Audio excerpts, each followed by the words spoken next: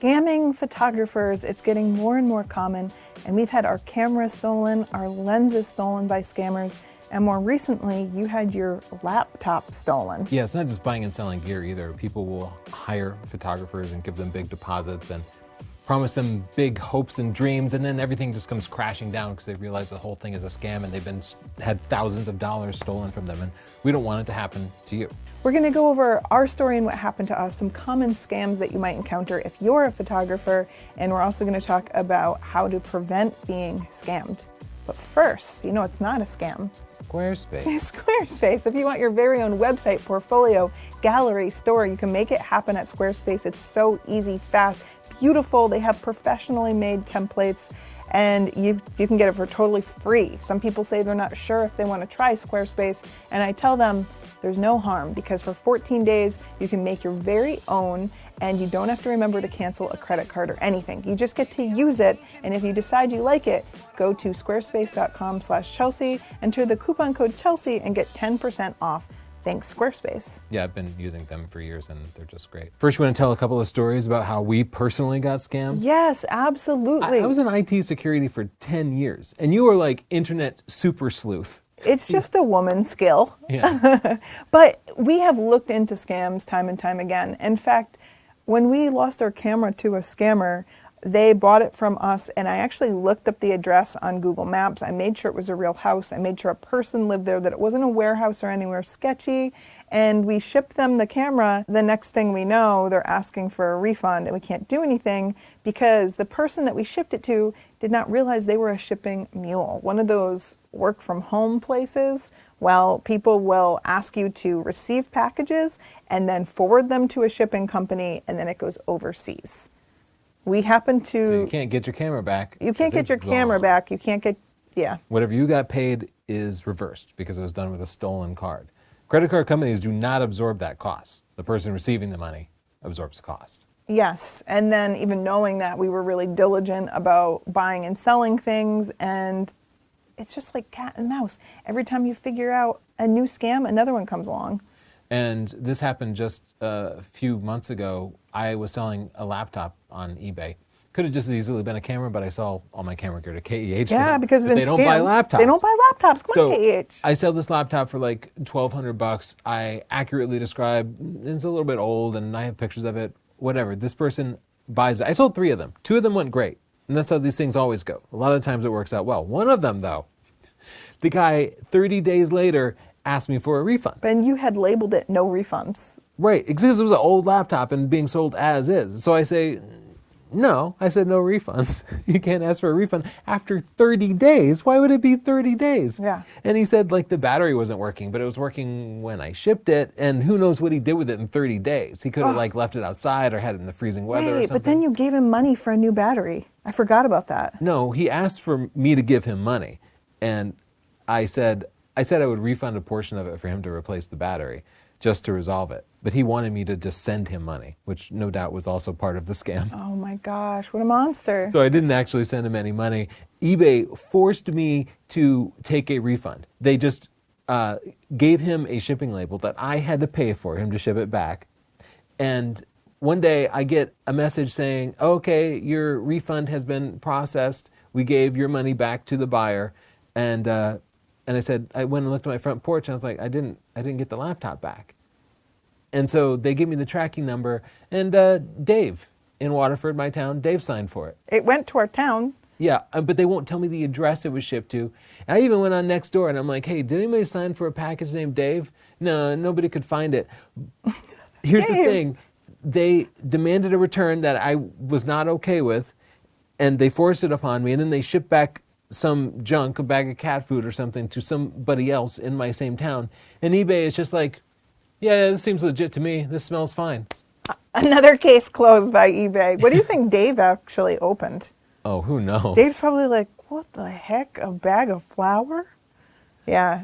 And so that's just 2 that happened to us, and we are diligent and experienced at this. We buy and sell tens of thousands of dollars of gear every year. Yeah, but I don't steal, so I'm not constantly selling things. Like, how would someone steal from me? And you're probably not a monster either, so... Maybe we should, like, to catch a thief, they had to become a thief.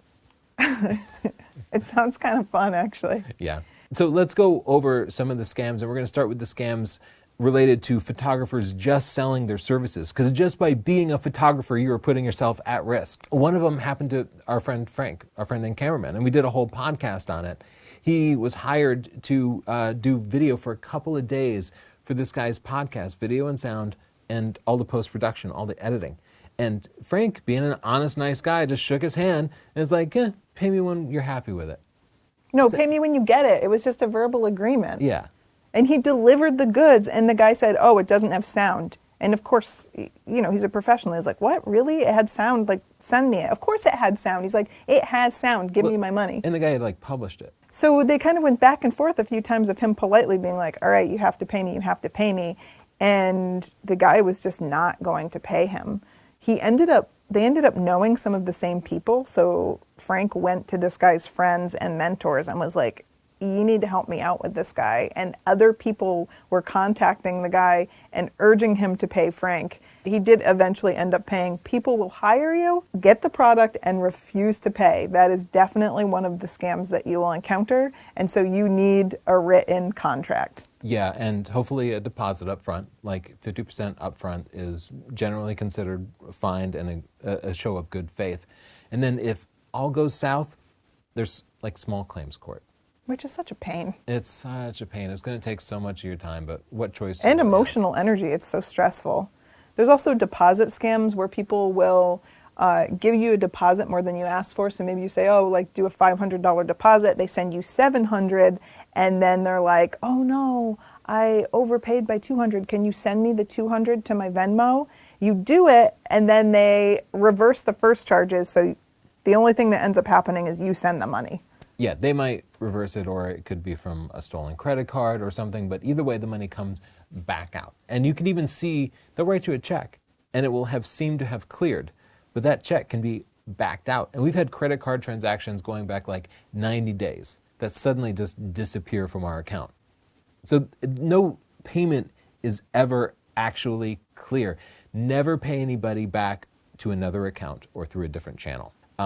They will use your hopes and your optimism to take advantage of you. So one photographer somebody offered them $3,000 for one of their prints. And it was going to be the biggest sale of their life and a really meaningful amount of money to them. Paid them $3,500. And what are you going to do? You're so excited about this person selling the print. The person had been praising them and appreciating their skills. And of course, it was just a scam to get $500 out of them. They didn't sell the print. They didn't get a penny out of it. They lost money and wasted a bunch of their time and got their hopes crushed. Maybe that's the worst part. Another exploit that people will use is the sunken cost fallacy. They will actually put a bunch of time into you. They will spend time on the phone. Let's back up a little bit. Okay. The sunken cost fallacy is when you feel like you've already invested a lot of time, money, energy, or effort into something. So even though your best option might be backing out and just cutting your losses, you feel like you have to keep going because you already put in a lot of time, energy, money, whatever. So people use that by drawing out the scam, drawing you in, making you feel like I've already come this far, I may as well just finish it off, and then they get you to agree to a bunch of stuff you probably don't want to do. So the story I read was somebody from another country hired these people to do travel photography, hopping across multiple different countries. And that is a legitimate business opportunity. People do get hired for that type of work. It's exciting. It was a great opportunity for them, and they were going to make a good amount of money payable after it was all done. But they were asked to pay for their own plane tickets, and they would be reimbursed later. So they did that. They bought their own plane tickets. They flew to some country in Asia, and they get there, and the tour guide warns them, okay, we need to buy photo permits to shoot in this place. So they pay up $1,000 or something. They go to the next, they actually go and take pictures. They're actually doing their best to take pictures in each location and do this work. They go to the next country. Guess what? More photo permit more costs. permits. Oh, we have to bribe the local authorities. And they do this at a couple of countries. And then at some point, they feel like, okay, I feel like we're getting scammed here. And the people say to them, if you don't pay, we're going to tell the local government that you're working without a work visa. And So they went from just trickery to just plain up extortion. Yeah. And what are you going to do at that point? But part of the reason they kept going along with it is they had spent like hours on the phone talking with people, working out all the details of this. So this was like a long con. But they should have bailed at the first time something smelled fishy. Yeah. Yeah, but that's so hard to do. I mean, honestly, if I bailed every time I was anxious about something, I'd never do anything. So how do you judge what's actually fishy and what is just overactive anxiety or something? It can be difficult. So how do you detect a fake client or a fake opportunity? What do you think people should look out for to avoid these things? You tell me, because you are the super sleuth. Anytime somebody's like trying to buy something from Facebook Marketplace, you go deep on them. Do not ask Chelsea if something is still available, because she will know all your family history. She'll be talking to your mom on the phone. Really, I'll call you. And you're absolutely right that I'll start researching the person. Even when we're doing contracts with major brands, I start calling people. I'm like, hey, I know you worked with them. What was your experience? I'm always trying to find out if other people have worked with them, what happened. And even that does not prevent us from getting bamboozled, because it still happens all the time. And then you also look for if people actually seem interested in what they're doing. Like if someone's trying to buy your print for $3,000, I'd start a conversation and try to find out, well, do you buy art all of the time? Where is it going? Show me the room where you're putting this print.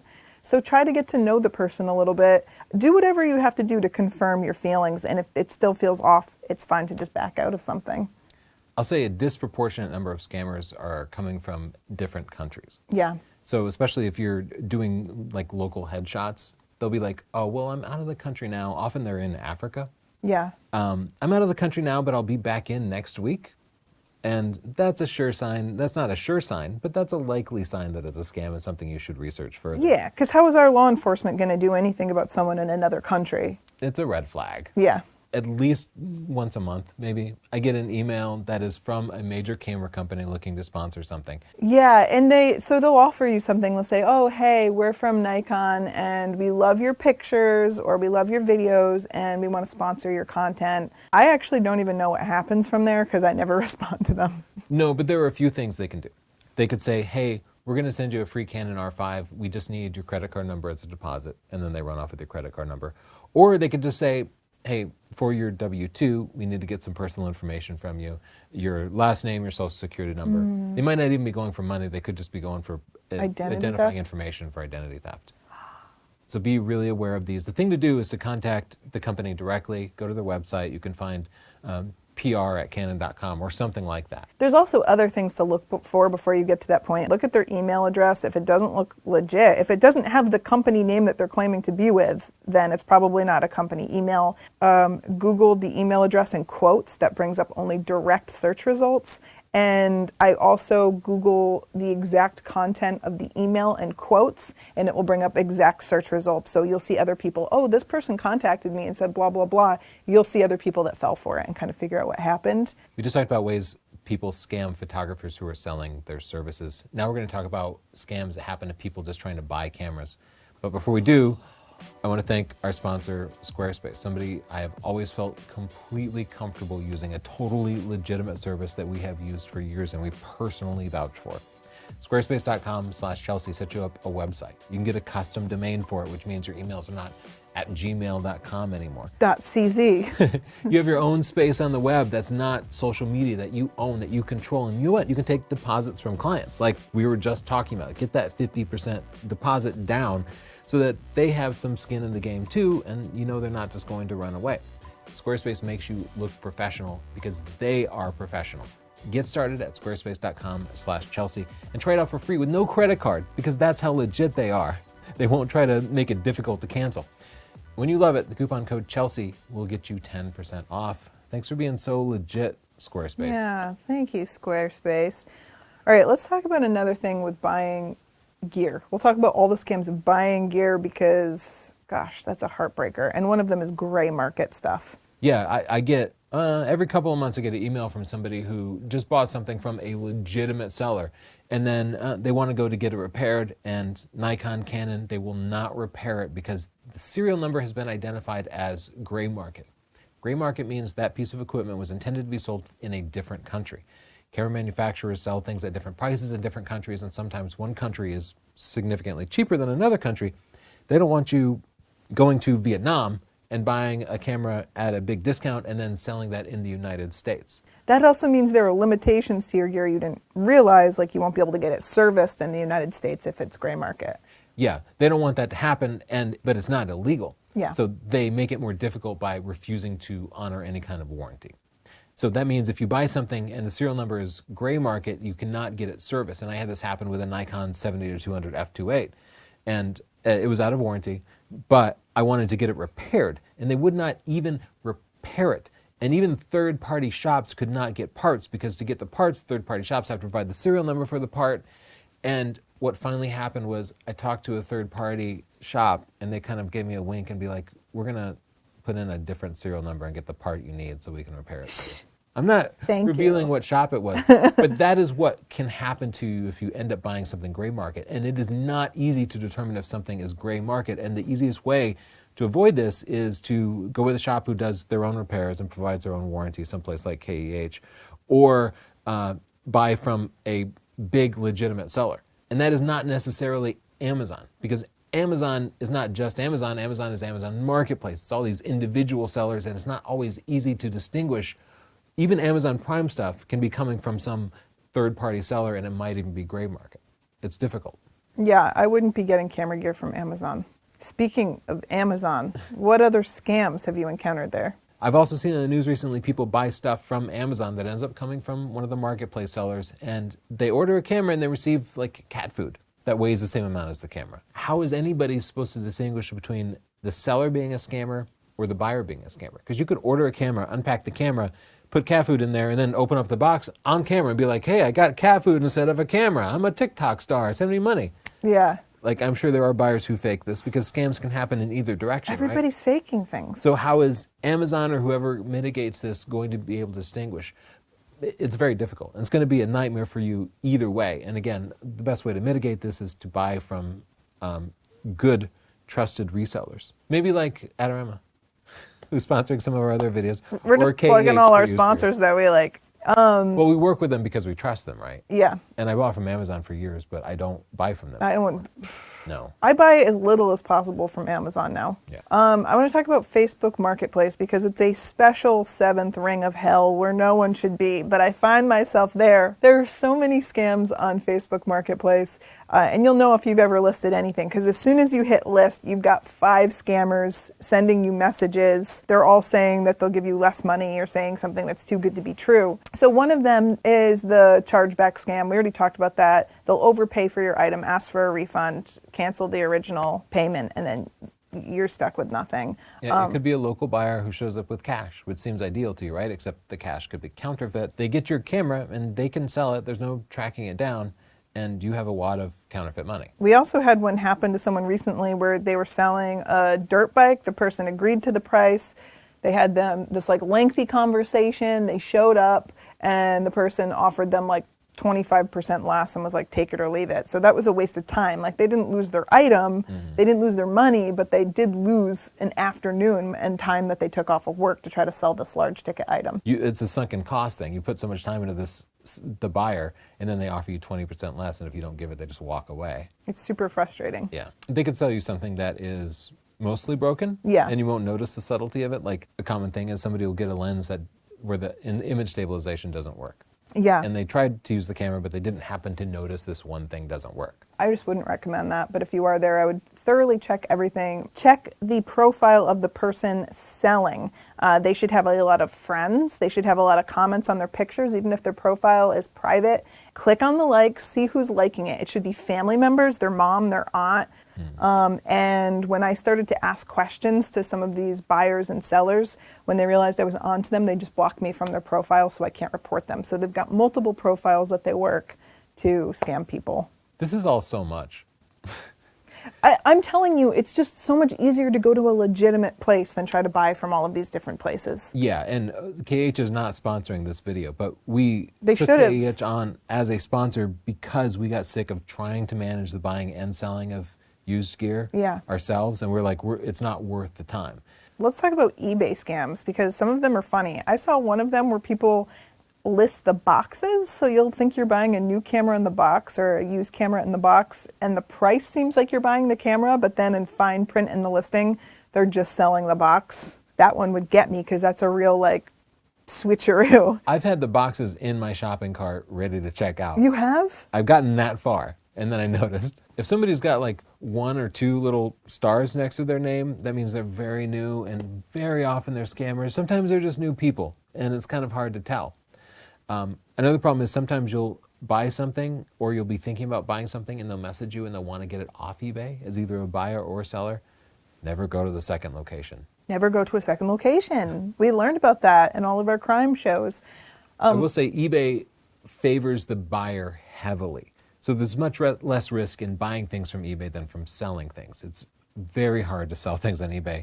It makes me nervous every time because like I feel like 1 out of 3 buyers on eBay is a scammer, whereas 1 out of 15 sellers is a scammer.